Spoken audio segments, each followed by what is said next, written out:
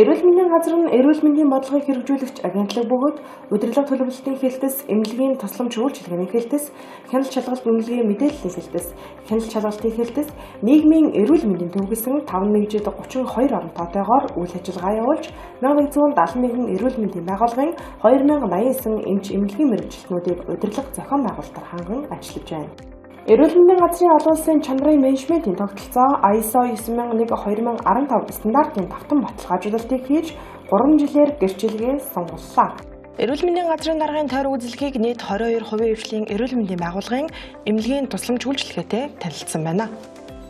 Орхон аймгийн хэмжээнд ажиллаж байгаа нийт эмч эмнэлгийн мэргэжилтнүүдээс тайлан хугацаанд докторийн зэрэгтэй эмч 1, магистрийн зэрэгтэй эмч эмнэлгийн мэргэжилтэн 79, зөвлөх зэрэгтэй 19, тэргүүлэх зэрэгтэй 94, ахлах зэрэгтэй 166 эмч эмнэлгийн мэргэжилтэн байгаа нь нийт эмч эмнэлгийн мэргэжилтний 36.2% болж өмнөх оноос 6.7%-аар нэмэгдсэн байна.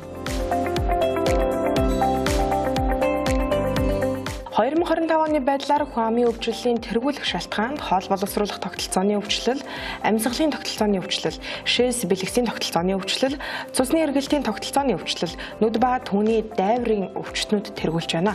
Аймгийн хэмжээнд 13 нэр төрлийн халдварын 684 тохиолдол бүртгэгдэж 10,000 хүн амд 64.3 промил байгаа нь өмнөх оноос 2.9 промилаар буурсан. Нийт халдварт өвчний 51.5%-ийг амьсгалын замын халдвар, 23.7%-ийг бэлгийн замаар дамжих халдвар, 18.7%-ийг бусад халдварт өвчин, 4.7%-ийг гидсний халдвар, 1.6%-ийг цусаар дамжих халдвар, 1.4%-ийг зоонозын халдварт өвчин тус эзэлж байна. 1761 төрөлт бүртгэгдэж, төрөлтийн түвшин 1000 хүн амд 16.6 промил эхийн эндэгдэл бүртгэгдээгүй. 2025 оны товлолын дархлаажуулалтын нийт хамрагдалт 99.8% байна.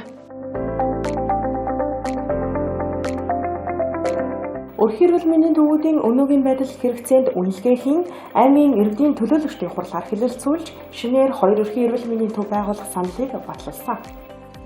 5 өрхийн эрүүл мэндийн төв шинээр чанарын менежментийн тогтолцоо ISO 9001:2015 нэвтрүүлж, өрхийн эрүүл мэндийн төвүүд бүгд чанарын менежментийн тогтолцоог нэвтрүүллээ. 2025 онд сум өрхийн эрүүл мэндийн төвийн тоног төхөөрөмж лабораторийн тусламж үйлчилгээний нэр төрлийг сайжруулах чиглэлээр нийт улс орон нутгийн 226.5 сая төгрөгийн тоног төхөөрөмж машин олгосон байна. Жаргалан сумд аймгийн 195 сая төгрөгийн хөрөнгө оруулалтаар эмнэлгийн гараж, моргийн барилгын 46.8 м2 хэмжээтэй шинэ байгууламж баригдсан. Улсын 2-3 дугаар эмнэлэг хавдар судлалын үндэсний төвийн эмч эмнэлгийн мэргэжилтнүүд Орхон аймагт төрөлжсөн мэргэжлийн эрүүл мэндийн байгууллагын хэрэгцээтэй байгаа тусламж үйлчилгээг нутагшуулах, тусламж үйлчилгээний чанар хүртээмжийг сайжруулах, хүлээлтлийг бууруулах, эмч эмнэлгийн мэргэжилтнүүдийг чадваржуулах зорилгоор төвлөрлийг саруулах үндэсний баг ажилласан. 2025 оны Монгол Улсын засгийн газрын 42 дугаар тогтоолоор Эрдэнэт медикал эмнэлгийг хавдар судлалын үндэсний төвийн харьяа хадрын онцлогоо эмчилгээний дэд төв болголоо. Аймгийн засаг даргын санхүүжилтээр хөгжлийн бэрхшээлтэй хүүхдүүдэд зориулсан нарийн мэргэжлийн эмч нарын хамтрасан үйлчлэг онцлогоо Улаанбаатар хотод амжилттай зохион байгуулагдсан. Эрдэнэт хотод анх удаа Алтан тун 2025 уламжлалт ангаах ухааны өдөрлөг зохион байгуулагдлаа. Монгол улсад анх удаа батлагдсан шинэ сэвлэгчийг дадлагжуулах сургалтын жишг хөтөлбөрийг Орхон аймагт 2 дахь жилдээ амжилттай зохион байгуулсан. Аймгийн хэмжээнд сувилгын тусламж үйлчилгээний чанар хүртээмжийг нэмэгдүүлэх, сувилагч нарын ажлын ачааллыг бууруулах, үүний нөөцийн хүрэлцээг сайжруулах зорилгоор нийт 28 туслах сувилагч ажиллаж байна. Туслах сувилагчийн тоо жилээс жилд тогтмол өсөж, өмнөх оноос 12 сувилагчаар нэмэгдсэн бөгөөд үүний үр дүнд үйлч сувилагчдын сэтгэл ханамж дээшилж, сувилагчийн хүний нөөцийн дутагдлыг тодорхой хэмжээнд нөхөж чадсан зэрэг бодиттой үр дүн гарсаар байна. Цагдаагийн газар, тагнуулын газар, эрүүл мэндийн газар, биобэлтгэлийн улсын байцаагчтай хамтран мансууруулах болон сэтгцэд нөлөөд эмийн хэрэглээ зарцуулалт, хяналтыг 72 эмийн санд хийж, иргэдийн төлөөлөгчдийн хурлын гэмтэргээс урьдчилан сэргийлэх ажлыг зохицуулах салбар зөвлөлийн хурлаар хяналт хийсэн эмийн сангуудын төлөөлөлд оролцуулан хяналтын дүгнэлт зөвлөмжийг өргөн бүрэлдэхүүнтэй танилцуулсан.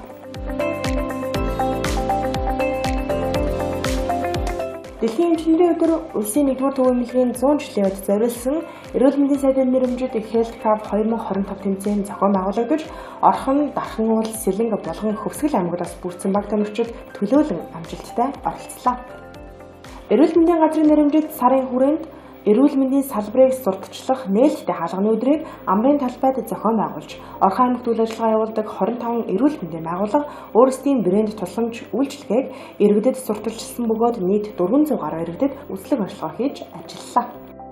Орхон аймгийн засаг даргын дэмжлэгтэйгээр шүд угаалтын уралдааныг 2023 оноос эхлэн 3 дахь жилдээ зохион байгуулж байгаа бөгөөд энэ жил зөвийг хадал болгохын хүрээндээр шүд гар угаалтын авраг шалгаруулах уралдааныг сургуулийн өмнөх боловсролын хүүхдүүдийн дунд анхудаа зохион байгууллаа.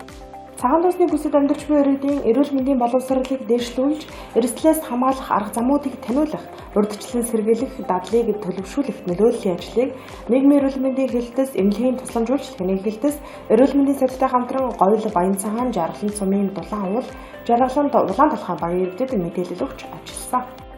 Монгол Улсын засгийн газрын 2024-өөс 2028 оны үйл ажиллагааны хөтөлбөр эрүүл мэндийн сайд боловсролын сайдын хамтарсан тушаалаар ерөнхий боловсролын сургуулийн 1-р ангийн суралцагчдад нүүдэл шүд зүрхний эмгэгийн урьдчилан сэргийлэх эртэлрүүлгийн үзлэгийг Орхон аймагт амжилттай зохион байгууллаа. Эртэлрүүлэг үзлэгт ерөнхий боловсролын 22 сургуулийн 2555 хүүхэд хамрагдаж 1777 буюу 68.7% өвчлөлийн сэжигтэй тохиолдол илэрч 994 буюу 38.9%-ийг эмчилэн эрүүлж үлж хяналтад авсан байна. Анхан шатны эрүүл мэндийн байгууллагуудад дэлхийн эрүүл мэндийн байгууллагын халдвар тус өвчин, зүрх судасны өвчний урьдчилан сэргийлэлт, хяналтын нэг шаардлагатай тусламж үйлчилгээний багц арга хэмжээ нэвтрүүлэг Монфен санаачлага манай аймагт хэрэгжиж эхэлсэн. Орхон аймгийн хүчний байгууллагуудын эрэгтэй ажилчдын эрүүл мэндийг хамгаалах, өвчнийг эртэлрүүлэх, эрүүл амьдралын зөв хөвшлийг төлөвшүүлэх зорилгоор цагдаагийн газар, онцгой байдлын газар, дотоодын цэргийн 816 дугаар анги, шүүх шинжилгээний алба дулааны станцын нийт 800 ажилтан албан хаагчдыг хамруулан урьдчилан сэргийлэх үзлэгийг зохион байгууллаа. Анагаахын шинжлэх ухааны үндэсний сургуулийн Нярайн скрининг төвийн Орхон аймаг дахь салбар төвүүд нэгдсэн үндэсний байгууллагын хүүхдийн сан эрүүл мэндийн яамнаас 14.5 сая төгрөгийн санхүүжилтээр Нярайн эртэлрүүлэх шаардлагатай тоногдох хөрөмжийг Нярайн тасагт хүлээлгэн өгснөөр скринингийг нутагшуулан төрсөн 332 нарайг хамруулсан ба зүрхний эмгэг илрээг байна.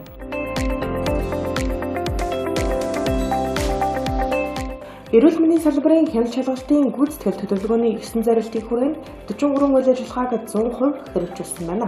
Төлөвлөгөө шалгалтанд 98 объект урьдчилан сэргийлэх хяналт шалгалтын 8 өдөр дэмжийн дагуу 708 объект, төлөвлөгөөт бус хяналт шалгалтыг хуульд заасан тусгай чигүүргийн дагуу батлагдсан 4 өдөр дэмжийн дагуу 143 объект, удирдах дээд байгууллагын шийдвэрээр 31 объект, өргөдөл ховлын дагуу 38 объект, нийт 1018 объектыг хяналт шалгалтад хамруулж 2868 зурчил илрүүлэн 1198 буюу 42%-ийг газар дээр нь арилгуулан улсын байцаагчдын хамтарсан 1670 заалттай 127 албан шаардлагаар 127 объектод хугацаатай үүрэг өгч 2428 зурчлыг буюу 85%-ийг арилгуулан улсын байцаагчийн албан шаардлагын биелэлд 85% хүрсэн нь өмнөх оныхоос 2%-аар нэмэгдэж зорилтод төвшин хангасан байна.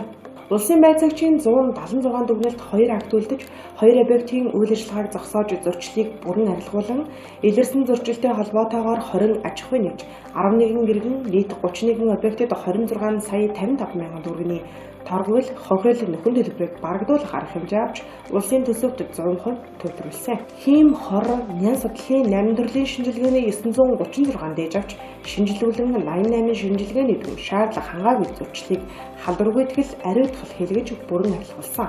Засаг даргын зөвлөлийн хурлаар хэлэлцэх асуудлын хүрээнд хяналт шалгалтад шаардлагатай 98 объектын болон нутаг дэвсгэрийн 5 байршилд хүрсний 6 төрлийн шинжилгээний 557 дээжийг лабораторийн шинжилгээнд хамруулах 6 сая төгрөгийн зардлыг 2025 оны 4-р сарын 22-ны өдрийн хөрөнгө гаргах тухай хуулийн А.Д.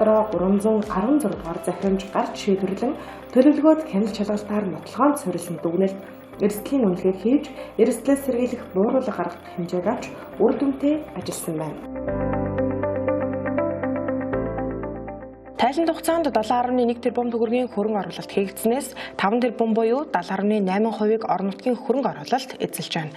Нийт хөрөнгө оруулалтаас барилгын их засварт 39.6%, тоног төхөөрөмжөнд 27.8%, төсөл хөтөлбөрт 32.6%-ийг зарцуулсан байна. Орон нутгийн хөрөнгө оруулалтаар нийт 5 тэрбум төгрөг батлагдаж, үүнээс барилгын их засварт 1.6 тэрбум, тоног төхөөрөмж 1.1 тэрбум, төсөл хөтөлбөрт 2.3 тэрбум төгрөг зарцуулагдаад байна.